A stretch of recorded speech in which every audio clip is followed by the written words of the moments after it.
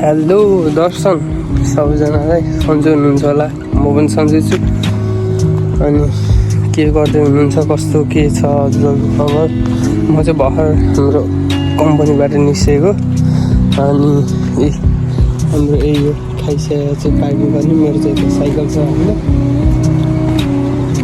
ठिक छ, मेरो जिन्दगी राम्रै चलिरहेको छ। हजुरहरूको कस्तो छ, के गर्दै हुनुहुन्छ? मेरो साइकल यही हो। यो साइकल है, खासमा यो साइकल मेरो भन्नुपर्दा पनि यो साइकल चाहिँ खासमा मेरो भन्दा पनि एउटा दादा हुनुहुन्थ्यो।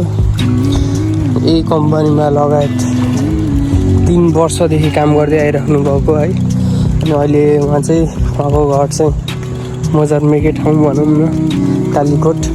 अनि अहिले चाहिँ टोकियोमा बस्नु जानुहुन्छ। यहाँबाट चाहिँ उता एसएसडब्ल्यूमा कन्भर्ट गरेर उता चाहिँ अनि उता टोकियोमा काम, उहाँको आफन्तहरू उतै बस्नु भएकाले उता जानुभएको थियो।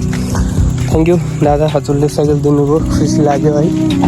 त्यही हो, अहिले चाहिँ उहाँलाई आफूलाई सजिलो भइरहेछ यो साइकलले गर्दाखेरि। टक्क खाइसामा आउँदाखेरि अलिक छिटो हुन्छ, कम्पनीमा आउँदाखेरि।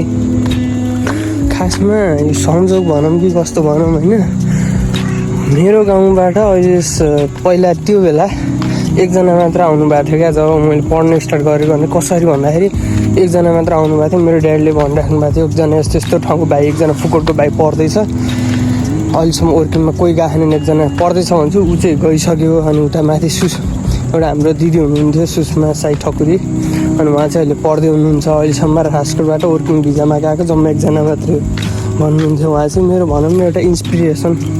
उहाँ चाहिँ उहाँबाट नै थाहा पाएर नै अहिले आइयो, तर एउटा संजोगले गर्दा एउटै खाइसामा काम गर्न पाइयो, काम गरियो अहिले। अनि अहिले पनि म चाहिँ यही हाम्रै खाइसामा सँगै काम गर्दै, अस्ति नै 1-2 दिन भयो काम चाहिँ सँगै। अनि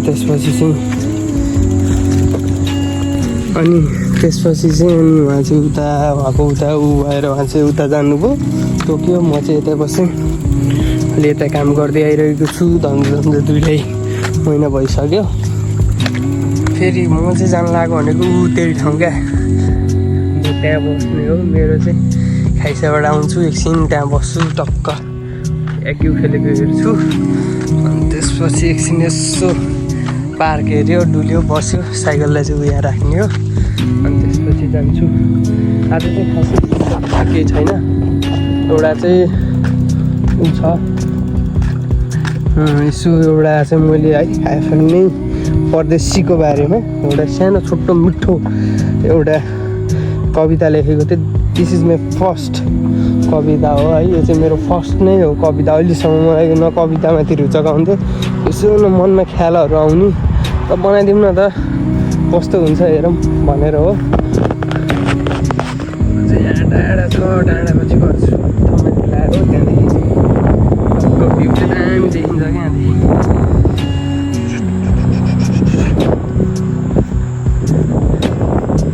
दामी छ ल।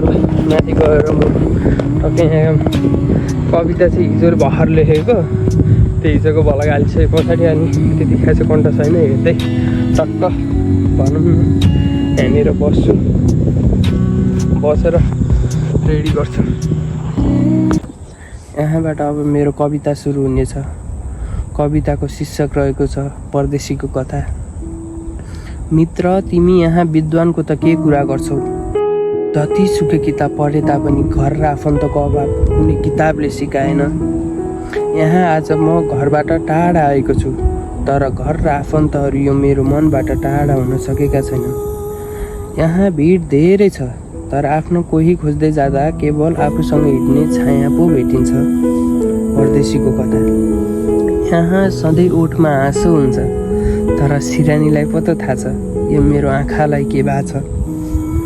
आज म यहाँ परदेशमा छु, भोलि यही मेरो सफलताको पहिचान बन्नेछ। शरीर जतिसुकै दूरीले टाढा भए तापनि यो मेरो मन सधैँ आफन्तहरूको बिचमा हुनेछ। मित्र, एकपटक मेरो आमाको आँखामा गई हेर, तिमीले त्यहाँ केवल पाउनेछौ छोरा कहिले दिन घर फर्किने मेरो आमाको आँखाले गन्दैछ। परदेशीको कथा। धन्यवाद। त्यही हो गाइज, धेरै धेरै धन्यवाद अहिलेसम्म मेरो हरेक कुरा सुनिदिनु भयो है।